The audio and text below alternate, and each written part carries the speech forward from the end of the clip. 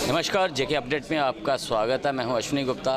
दोस्तों, आज शिक्षा का जो स्तर है वो काफ़ी ऊंचा हो चला है, क्योंकि आज जो हायर एजुकेशन है उसके बिना जो है सब कुछ अधूरा अधूरा सा ही दिखाई देता है।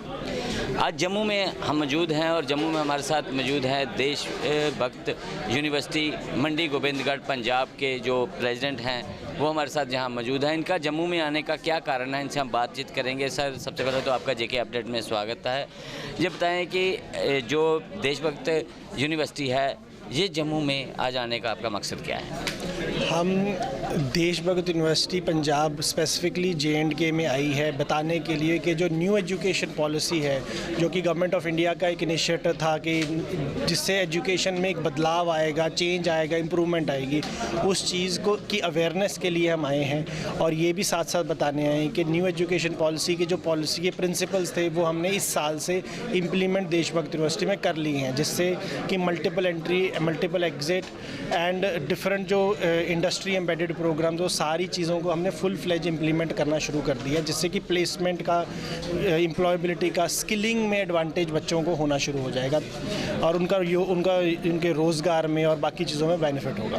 किस किस लाइन में सर जो बच्चों को आप वहाँ एडमिशन जो एंट्री दे रहे हैं वो किस किस कोर्सेज़ के लिए या किस किस लाइन के लिए दे रहे हैं? देशभक्त यूनिवर्सिटी में मल्टीपल प्रोग्राम्स हैं।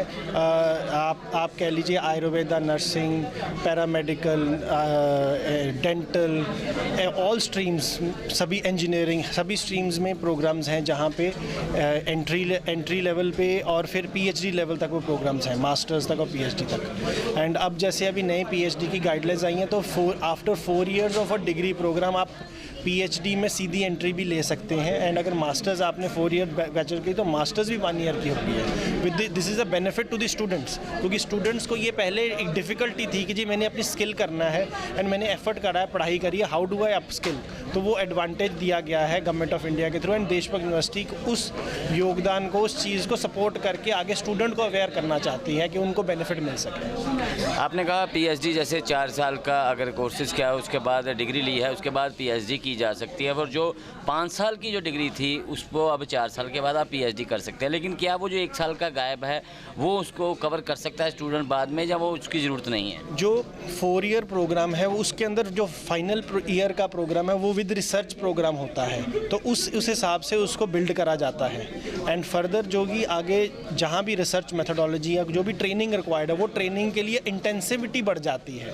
मतलब हम कहते हैं कि ड्यूरेशन उतनी ही है पर आवर्स तो मैच करे जाते हैं, टू इंश्योर कि क्वालिटी पे कोई कॉम्प्रोमाइज़ ना है। जैसे कि हमने देखा है कितने दुनिया में और भी यूनिवर्सिटी जो मास्टर्स 1 year चलाती हैं पर वो सफिशिएंटली केपेबल है, ऐसा इशू नहीं था कभी, पर वो टीचिंग आवर्स इंटेंसिव हो जाते हैं। हम कहते हैं जी जब हम पढ़ते हैं तो हम रिलैक्स्ड मोड में पढ़ रहे हैं, फिर होगा जी हम इंटेंसिवली पढ़ रहे हैं। उससे बेनिफिट क्या है, जो टाइम स्पेयर हुआ उस टाइम को आप अपनी इंटर्नशिप, ट्रेनिंग और उससे लिंक अप करके अपनी स्किलेबिलिटी को बढ़ा सकते हो। आप सिर्फ एक किताबी लेवल से भी ज़्यादा आप दुनिया के साथ इंटरेक्ट भी कर सकते हो कि क्या हो रहा है, एंड उससे आपकी एम्प्लॉयबिलिटी बढ़ जाती है, स्किलेबिलिटी बढ़ जाती है। कब से एडमिशन्स ओपन हैं आपकी जो यूनिवर्सिटी में? देशभक्त यूनिवर्सिटी का जुलाई सेशन तो ऑलरेडी चल रहा है, एंड अभी हमारा इस सेशन से हमने न्यू एजुकेशन पॉलिसी इम्प्लीमेंट कर दी है, एंड इसके बाद फिर जैन इनटेक, फिर जुलाई इनटेक। उस सेशन इसके लिए डेट्स कोई फिक्स? हर सेशन का अपना, जुलाई इनटेक का अपनी डेट है,